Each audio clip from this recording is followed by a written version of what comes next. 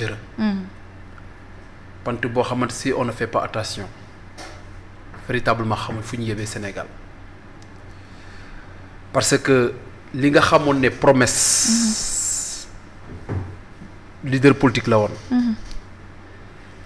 dem fee jàpp Lat Diop ak Aliou Sall ne leen ay sàcc ngeen. su ma saay bu ma jëlee réew mi dama di tëj kaso. Aliou Sall benn invitation benn télévision à la place. 2STV. invité ko mu conforté waat ko mel di ba di expliquer ne Ousmane Sonko daa mel ni moom. ni mu yaakaar ne état noonu lay doxee état waru doxe noonu. wax jooju tey moom mu am confirmation mais balaa may dugg ci dossier bi. Forum Invest in Sénégal dama ciy wax d'abord. gis nga doomi Adama da nga am war am courage am honnêteté am intégrité. ba soo donné lu baax ci sa nit. mu defar ko de toute pièce. def montage financier bi def montage administratif bi ba mu baax. nga ñëw fekk ko ba di koy ndamoo. da nga am honnêteté ak reconnaissance. wax na sa prédécesseur ne li nga def fii nag macha allah alhamdulilah. lépp ñëpp xam nañ ne Abdoulaye Baldé. l'ancien maire de Ziguinchor ancien ministre. moo nekkoon directeur de l'APIX au temps. Oui. En 2023 le 6 du 6 au 8 octobre. 2023 c'était la première édition du Forum Invest in Sénégal. fii entre parenthèses fii Sénégal. Présidé par le président. Présidé par le président Macky Sall. Au cours de ce forum 75 États ñoo teewoon fii Sénégal dans les protocoles d'accord avec les bailleurs et les investisseurs. Ça gravite autour de 16 milliards 339 000. Avec les invités on avait 13 600 invités. Pour vous dire que il y a une régression. Pourquoi il y a une diminution des fonds qui ont été signés dans les protocoles? Pourquoi le nombre de pays qui devaient être présents, ils ne sont pas présents? Pourquoi autant de délégations qui étaient venues, il y a une diminution? Loolu nag bàyyi naa ko Sénégalais yi. Donc pour dire rek ne xam nañ ne ñun ñooy ay capot. lépp loo xamante ne fii Sénégal ñoom moom lañ koy ndamoo. ñu ñoo ko liggéey. ci Djigne Boulon bi mu demoon inauguration mu lancé travaux yi c'était nos projets phares. bii c'est un projet phare de l'APIX du Sénégal à travers son excellence monsieur le président Macky Sall. donc tey am leen honnêteté intellectuelle. di wax sénégalais yi dégg ne leen lii ci président Macky Sall lañ ko donné. comme lu baax la nag te état c'est la continuité. vraiment dañuy remercier Macky Sall ci xarañam. ci mën liggéeyam ci nu muy jaayee attractivité Sénégal. nu muy jaayee. image yi Sénégal ba investisseurs yi am ci confiance mais damay préciser nag signer protocole d'accord ak ay milliards. cela ne veut pas dire que milliards yooyu dugg na ci kees. mën nga signer engagement c'est pas quelque chose boo xamante ne officiellement et juridiquement dañ ko war a exécuter. loolu moom je le dis suñ ci jógee le cas de Aliou Sall. Aliou Sall a subi une conjuration une machination. Aliou Sall man dama ko yërëm. Aliou Sall a été combattu dans l'APR. man je vous dis mosuma toog ak Aliou Sall mosuma toog ak moom depuis bu ñu nekk gëj nañ toog bu ñu nekk opposition en 2008 2009. bu ñu yeggee nguur ba mu ñu wàcc nii mosuma toog ak moom seen télévision rek laa def ak moom. mais lu mu subir. il est le seul de l'avoir subi parce que uniquement c'est un petit frère du président. Mais Fadilou Keita quels sont ses liens avec Ousmane Sonko, ses liens de parenté? Quels sont ses liens? duñ ay mbokk. Waly Diouf Bodian du ay mbokk Ousmane Sonko.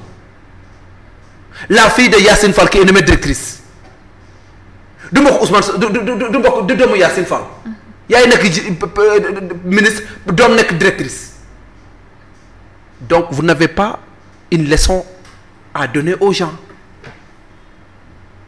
man li ma gëm ku yéeg parce que loolu man du ma ko contesté le fait que ñu doon yomb Yacine Fall nommé ko wala del doomam nommé ko wala mbokk Ousmane Sonko ñu nommé ko man je ne condamne pas parce que képp ku yéeg ki ça à diplôme égal à compétence égale confiance inégalable je prends c'est la personne à qui j'ai confiance tout à fait man loolu laa gëm man gëwma cette rancune envers une personne man gëwma rancune man jullit laa man damay baale damay jëlale te du ma yéene nit lu bon man loolu laa gëm mais Aliou Sall a subi la plus monstrueuse haine la plus monstrueuse manipulation ils ont tout fait pour écorner l'image de Aliou Sall quoi faisant affaire Petrotim sa leader nekk fii ne pipeline yi def nañ ko ci géej gi ñu ngi muccu suñu pétrole bi mais le karma existe ban pétrole lañ muccu pétrole bi premier échantillon pétrole ingénieurs yi ak géophysiciens pétrochimistes yi bi mu liggéey ba pare premier échantillon bi yéen a ko recevoir fii Grand Théâtre pour wax leen ne vos discours n'étaient que de la manipulation la plus dévergondée pour uniquement nuire détruire écorner dévaster l'humanisme et l'intégrité et l'honneur d'une personne et d'une famille pipeline pétrole ba ci ñu ngi koy muccu ñu ngi koy yóbbu ainsi de suite ana pétrole bi yéen kay yéen a war a lewee ci baril de pétrole ñu jaay te xamul fu muy dugg topp marché UEMOA bi bugg ñu rey ak ay levée de fonds di wax ne FMI baaxul FMI nii te marché UEMOA yi na nga fi bugg ñu faat ci ay dettes yu exorbitant levée de fonds à chaque fois man nag li may wax Aliou Sall li ma koy ñaanal rek mooy qu'il soit résilient parce que je sais que il a le sens de la dignité il a le sens de l'honneur et il a le sens du pardon parce que buñ ko waxee dañ ko wax ne man ñëpp ñu ma waxoon ne 400 000 baal naa leen man Aliou Sall moom a gën xol de man sinon j'allais porter Ahmed Aïdara plainte parce que am diabolisation mu ngi ko diaboliser ci àdduna suñ 400 000 suul gaz du ko teree xeeñ fii la fi nekkoon chaque jour revue de presse moom ñu revue de presse ko te loolu yëpp fourage dal di xëddi waaw suul gaz du ko teree xeeñ wax nga dëgg ak suul gaz du ko teree xeeñ na suuli gaz bi pourquoi continuer wu ko tey suul gaz du ko teree xeeñ jaay pétrole nañu wend xaalis bi fu mu dugg on entend des barils de pétrole vendus mais ñun on ne voit pas de l'argent et les Sénégalais ne ressentent pas exactement xaalis boobu fu muy dugg te l'argent du contribuable la suñ alal la les ressources naturelles appartiennent au peuple article 25 de la constitution du Sénégal moo ko wax suñ alal la suñ ressource naturelle la nañu woon xaalis boobu noonu fekkee ne jaay nañ kan lañ ko jaay ay xaalis foofu fu mu dugg les Sénégalais ont besoin de savoir il y a trop de choses yoo xamante ne war nañ ko leeral la Sénégal te leeragul ñun bëgg nañ xam nombre de barils de pétrole yu ñu jaay nombre de milliards yu ñu jaay ak xaalis boobu fu mu dugg fu mu nekk nii nag man li ma ci jaaxal mooy une affaire privée naka la mën a amee yenn tournure yi mais lenn kese la tentative d'humiliation de liquidation politique Aliou Sall vraiment yal na ko yàlla may xolu muñ. Aliou Sall il s'était retiré de landerneau politique bi génnoon na ci. non Aliou Sall defoon na sax déclaration bi dañ koy tooñ. voilà est-ce que ce n'est pas pour atteindre un peu son. non même Aliou Sall moom il avait démissionné du CDC. voilà moom moo démissionné boppam. il a cet honneur et ce sens élevé. te Aliou Sall bu ñu ko accusé loolu dafa indi kaamil de yaa ngi rappelé kaamil boobu noonu kaamil boobu noonu waaw 400 000 yi. 400 000 yi dafa indi kaamil waat. 400 000 ne daal loolu amul. mën na ko waat gisul xaalis te tey yàlla jox na ko dégg loolu tax le temps est un juge très sérieux et nañ xalaat ñun politiciens yi ñun homme politique yi ne benn fan dina benn bés dina am. benn bés dina am te mu ngi xaar ku ne. ñu toog rythme cardiaque bi di wàññeeku. rythme cardiaque bi di wàññeeku. respiration bi di wàññeeku. oxygénation de notre cerveau di wàññeeku. dem ba lépp jeex. nga sedd guy ñu jàpp la. yóbbu la ci morgue ba. sang la ba nga set. dooleel la 7 mètres percale. teg la ci kanami nit ñi. ñaanal la dem yóbbu la gas ba mu xóot. suul la loolu nañ ko xalaat. ba tax na lépp lu ñuy wax fii nañ ci xool suñ diggante ak suñ borom.